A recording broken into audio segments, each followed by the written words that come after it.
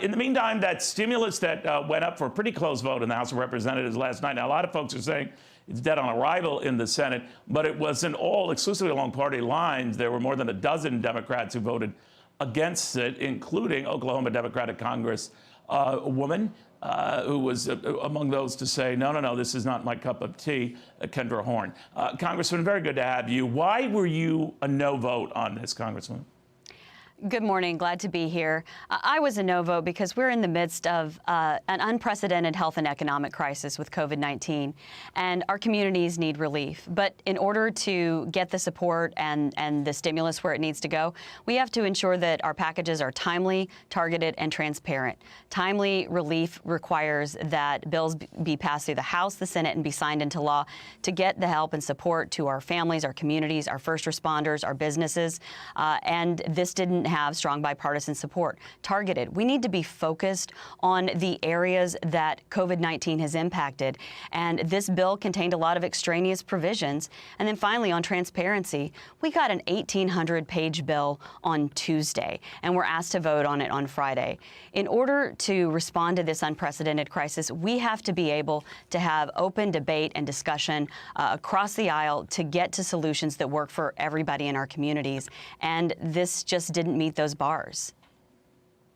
Now, some opposition was expected, Congresswoman, not the 14, including yourself, of the Democrats who didn't vote for this. Now, some were saying, well, you're in a Republican area, you won in a Republican area, and you're feeling the pressure. I believe the other representatives, all Republican, were similarly against this. Do you feel that pressure? Does it put you in an odd position?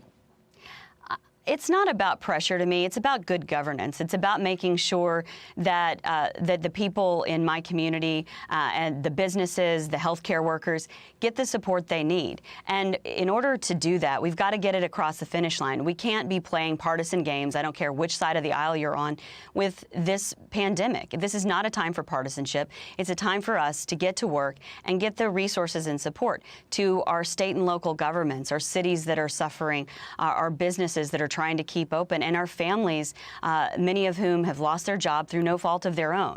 This is about getting things done and getting it done the right way, because the help is needed, and we should all come together to make that happen. You know what? More people are talking, Congressman, about the way this was voted on, whether you're Democrat or Republican, but by proxy or remotely, and that this, you know, is probably not a good path to follow. A number of Democratic and Republican representatives have told me that. Does that give you pause?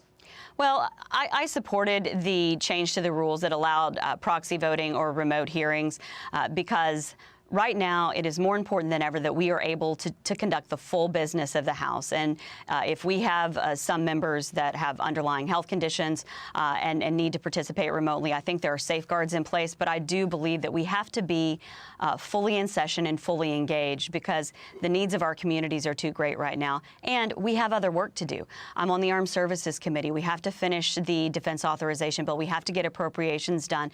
And then we have to make sure that the programs we pass are actually working as they're intended. So all of these things have to happen, and whether it's in person, and I'm here, I'm happy to be here to do the work because the communities need it.